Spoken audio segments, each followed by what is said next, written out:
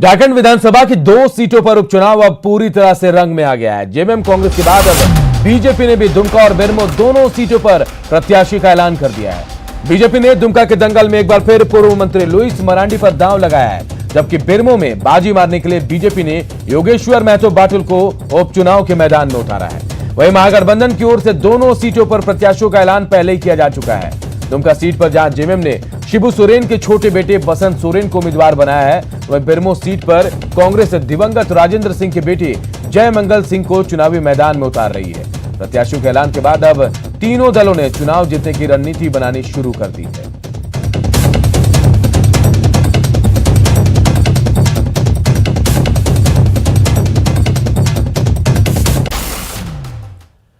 विधानसभा उपचुनाव में दोनों सीटों पर बीजेपी की ओर से प्रत्याशियों के ऐलान के बाद बीजेपी ने जहां अपने प्रत्याशियों को शुभकामनाएं दी, तो वहीं जेएमएम ने तंज कसा और कहा कि फिर से वही 2 खिलाड़ी जो पहले भी महागठबंधन के प्रत्याशी के हाथों क्लीन बोल्ड हो चुके हैं। जिसके जवाब में बीजेपी ने कहा कि यही वो दोनों प्रत्याशी हैं जिन्होंने जेएमएम और कांग्रेस के किले में सेंध लगाई थी। ऐसे में थोड़ा इंतजार करें, क्योंकि अब गेंद जनता के पाले में है। फिर से वही खिलाड़ी जो क्लीन बोल्ड हो गए थे, इस बार फिर वही परिणाम आएगा। दोनों परंपरागत सीटें हैं हमारी। मुझे लगता है इस बार परिणाम और बेहतर होगा हम लोग के पक्ष में, मार्जिन बढ़ेगा, क्योंकि कोई भी जनता आज की तारीख में इतना बेवकूफ नहीं है जो वो जानती है कि किसको हमको विधायक प्रतिनिधि चुनना है जिससे क्षेत्र का विकास हो।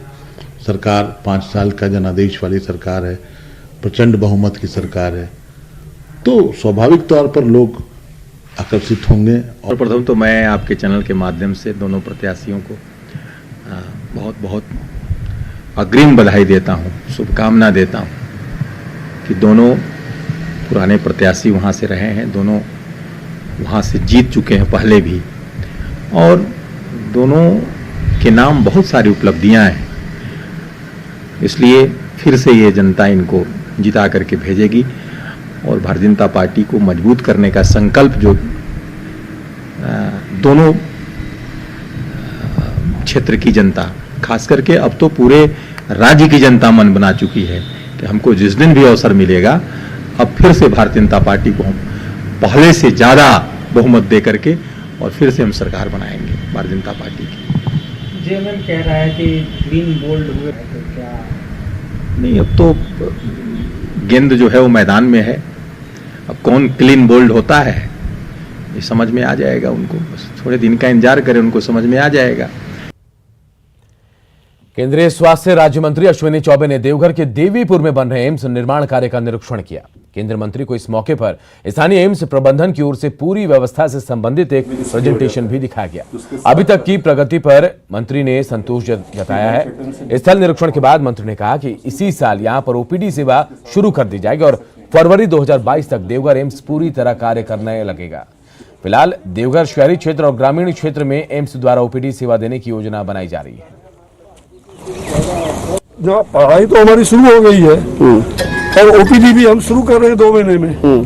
अब आईपीडी की जो है 2021 तारीख के दिसंबर तक हमारे बहुत सारे आईपीडी का बहुत सारा डिपार्टमेंट चालू हो जाएगा और फुल फ्लेजेड 2022 के फरवरी मतलब फरवरी होता है, वहां तक काम हमारा कंप्लीट हो जाएगा ये पूरी तरह से। और ये मुझे लगता है कि इस क्षेत्र के लिए नहीं, मतलब ये झारखंड वासियों के लिए और पूरा बिहार के लिए भी, हमारे जितने निकटवर्ती बिहार के क्षेत्र हैं, चाहे वो भागलपुर हो, मुंगेर हो, पश्चिम बंगाल के लोग इसका लाभ लोग उठाएंगे और ये एक वरदान सिद्ध होगा। प्रधानमंत्री जी। और एक बड़ी खबर धनबाद से, जहां जेएमएम महानगर उपाध्यक्ष शंकर रवानी और उनकी पत्नी बालिका देवी की हत्या से हड़कंप मच गया है। आशंका जताई जा रही कि देर रात घर में अपराधी घुसे। इस दौरान अपराधियों की शंकर रवानी और उनकी पत्नी से झड़प भी हुई, फिर आंगन में खींचकर दोनों की हत्या कर दी गई। घटनास्थल से 2 खोखा और चाकू बरामद किए गए हैं। 17 अगस्त 2017 को रेनबो ग्रुप के चेयरमैन धीरेन रवानी की हत्या हुई थी। हत्या का आरोप शंकर रवानी के बड़े बेटे कुणाल रवानी पर लगा था। घटना के वक्त ही कुणाल रवानी की पीट कर हत्या कर दी गई थी। व्यवसाय और संपत्ति विवाद को लेकर शंकर रवानी और धीरेन रवानी में विवाद था। शंकर और धीरेन चचेरे भाई थे। इस हत्या को पुरानी रंजिश के रूप में जोड़कर देखा जा रहा है। घटनास्थल पे 3 गो गोली है और एक चाकू भी पड़ा हुआ है और दोनों खून से लथपथ है। शंकर रवानी जो है वो धनबाद महानगर के उपाध्यक्ष के पद में है। झारखंड मुक्ति मोर्चा के नेता है, बहुत वरिष्ठ नेता है, बहुत पुराना नेता है। तो ये जो घटना घटी है बहुत ही जघन्य घटना है, बहुत ही शर्मनाक घटना है। घर में घुस के कायरतापूर्वक जो मार दिया है पति पत्नी दोनों को।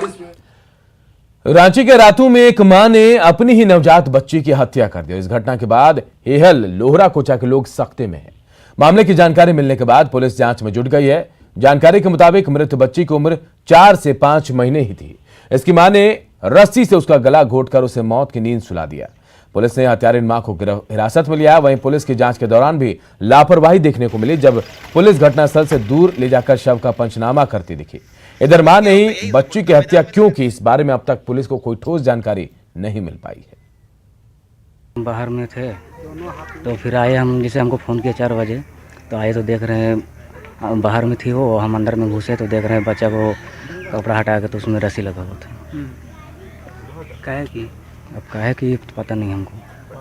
गिरिडीह के खुखरा थाना क्षेत्र से हार्डकोर नक्सली श्याम मुर्मू उर्फ श्याम मांझी को पुलिस ने गिरफ्तार किया है। एसपी ने बताया कि गिरफ्तार नक्सली श्याम मुर्मू पर गिरिडीह के कई थानों में 9 मामले दर्ज हैं। ये इनामी नक्सली नूनू चंद महतो का सहयोगी रहा है। वहाँ पे सर्च अभियान चलाया गया।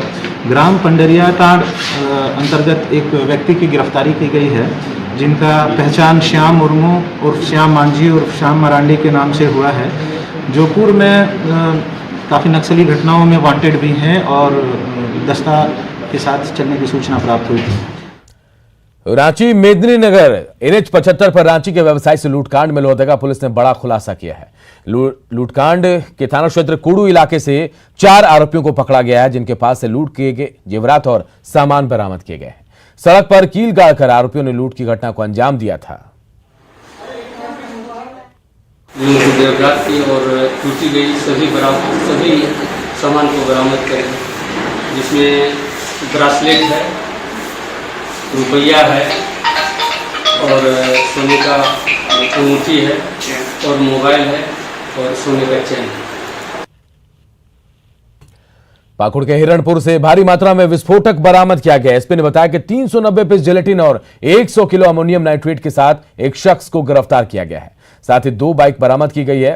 तबाही का यह सामान बाइक से बंगाल से लाया जा रहा था।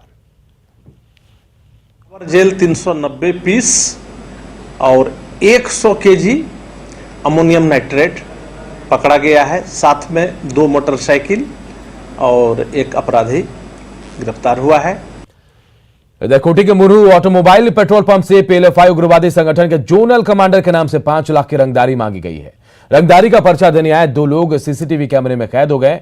पूरे मामले पर पेट्रोल पंप मालिक ने प्राथमिकी दर्ज कराई और साथ ही पुलिस से सुरक्षा की मांग की है। 5 लाख का रंगदारी मांगा गया और बोला गया 5 दिन के अंदर उसको पहुंचाना है, नहीं पहुंचाने पर कार्रवाई करेंगे बोलकर, यानी तो पेट्रोल पंप बंद रखेंगे, यही बोला गया। हमने तुरंत उस पर कार्रवाई करते हुए थाना को सूचना दिया, DSP साहब को खबर किए, मेजर साहब को खबर किए। टीम इंडिया के पूर्व कप्तान के परिजनों के खिलाफ अभद्र टिप्पणी करने वालों पर कार्रवाई की मांग तेज हो गई है। रांची के अल्बर्टिका चौक पर युवा क्रिकेटर्स ने प्रदर्शन किया और आरोपी की जल्द से जल्द गिरफ्तारी की मांग की। आपको बता दें कि हाल ही में सोशल साइट्स पर धोनी की बेटी को लेकर अभद्र टिप्पणी का मामला सामने आया था। मामले के सामने आने के बाद रांची नहीं पूरे देश के लोग गुस्से में और टिप्पणी करने वालों पर कार्रवाई की मांग कर रहे हैं। माई भैया को जो धमकी दिया गया था, उनका बेटी को भी बोले गया था, तो हम उसी के लिए आए गए हैं यहाँ पे। बस जो धमकी दिया उसको जल्द से जल्द गिरफ्तार करें और हम लोग को बेटियों को इंसाफ देने के लिए हम लोग आए हैं यहाँ पे।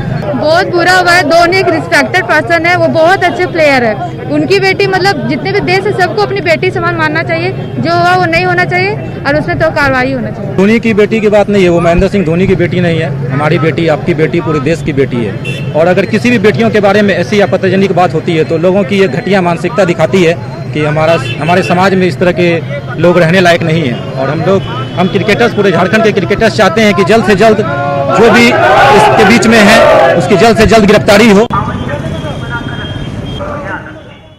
तो देखिए, धोनी की बेटी जीवा को लेकर सुसाइड पर जो अभद्र टिप्पणी की गई उसके खिलाफ वाल अब सड़कों पर आ गया। पूरे देश से नाराजगी देखी गई और अब देखिए रांची की सड़क पर लोग जो हैं वो प्रदर्शन भी कर रहे हैं। धोनी के चाहने वाले जो हैं वो जल्द से जल्द इस मामले में कार्रवाई की मांग कर रहे हैं।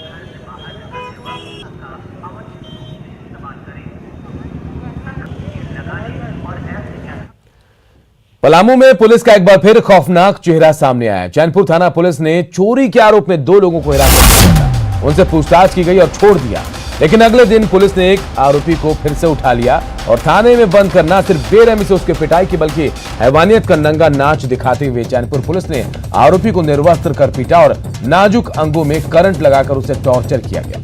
पीड़ित ने अपने केस में चैनपुर थाना प्रभारी सुमित कुमार पर भद्दी गालियां देने का आरोप लगाया है। पुलिस की पिटाई से जख्मी पीड़ित खाट पर लेटा है। वहीं पुलिस की इस हैवानियत से नाराज लोगों ने सड़क जाम किया और आरोपी पुलिसकर्मियों के खिलाफ कार्रवाई की मांग की है, जिस पर डीएसपी ने जांच के बाद दोषियों पर कार्रवाई का भरोसा दिया है। पहला दिन बुला कर पूछताछ करके छोड़ दिए, दूसरा दिन घर से उठा कर ले गए हमको और विकास को, और दोनों को के मार बेहाल कर दिए। पेशाब के रास्ता में करंट लगा रहे थे। जब आरोपी था उसके परिजन लोग, फिर हम लोग उसको समझाया और समझा करके फिर अभी रोड क्लियर करवा दिया है और इस मामले पर हम लोग जांच करेंगे। जांच में जो भी दोषी होगा उसके विरुद्ध हम लोग कार्रवाई करवाएंगे। पलामू में पुलिस की वर्दी पर दाग लगा तो बोकारो में डॉक्टर के सफेद कोट पर उससे भी बड़ा धब्बा लगा है। बालीडीह थाना क्षेत्र में एक युवती ने होम्योपैथिक डॉक्टर पर जांच के बहाने छेड़खानी का गंभीर आरोप लगाया है। पीड़िता ने इस मामले में आरोपी डॉक्टर के खिलाफ थाने में केस दर्ज कराया है। पीड़िता का आरोप है कि 2 महीने से वो डॉक्टर अनंत झा से इलाज करा रही हैं, लेकिन ऐसा पहले कभी नहीं हुआ था। पहली बार जब वो 7 अक्टूबर को दवा के लिए गई थी, डॉक्टर ने बदतमीजी की सारी हदें पार कर दी। वहीं पुलिस ने 7 अक्टूबर की घटना को लेकर 10 अक्टूबर को केस दर्ज कराए जाने पर सवाल उठाया और जांच के बाद दोषी डॉक्टर के खिलाफ कार्रवाई का भरोसा दिया। आज भी वो हमको कॉल किए हैं, काटने लगे कि तुम बिना चेकअप के किसी को दवा कैसे दे सकती है, ऐसा बोलने वो। ठीक है, तो वो बोल करके हमको अंदर ले गए चेकअप के लिए। मेरे साथ नर्स भी गई थी अंदर, पर नर्स को मतलब हमको लेटाने के बाद नर्स वो वहाँ से निकल गई और उसके बाद में नर्स निकलने के बाद फिर वो हम मेरे साथ में गंदा टच करने लगे। डॉक्टर का नाम है अनुज झा। बस हम यही चाहते हैं कि उसको कड़ी से कड़ी सजा मिलेगा। उसके आधार पर जो चिकित्सा के क्रम में छेड़खानी का आरोप जिन पर लगा है उनके विरुद्ध विधि सम्मत कार्रवाई। कौन डॉक्टर है? डॉक्टर नहीं है, डॉक्टर ये होम्योपैथ का क्लिनिक है। रांची शहर के पब्लिक ट्रांसपोर्ट की लाइफलाइन यानी सिटी बस सेवा कोरोना संक्रमण के दौर में सरपट दौड़ने को फिर से तैयार हो गई है। इसके मद्देनजर रांची नगर निगम ने हर तैयारी कर ली है।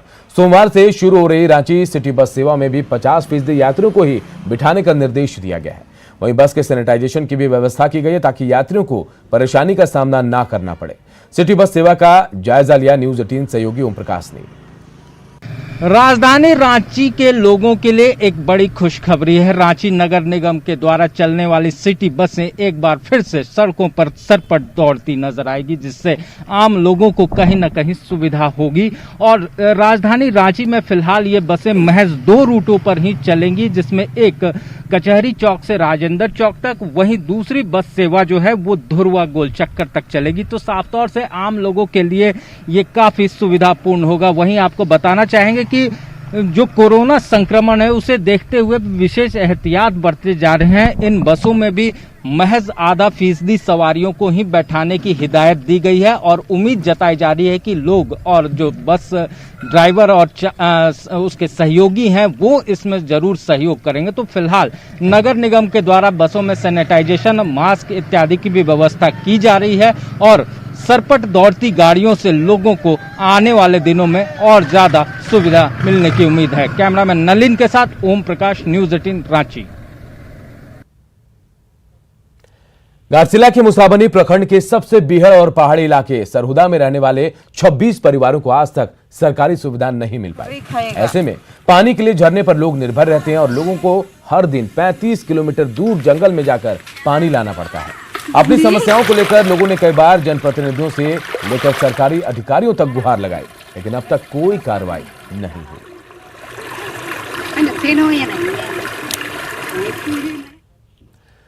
और इस बुलेटिन में इतना ही, लेकिन खबरें लगातार जारी।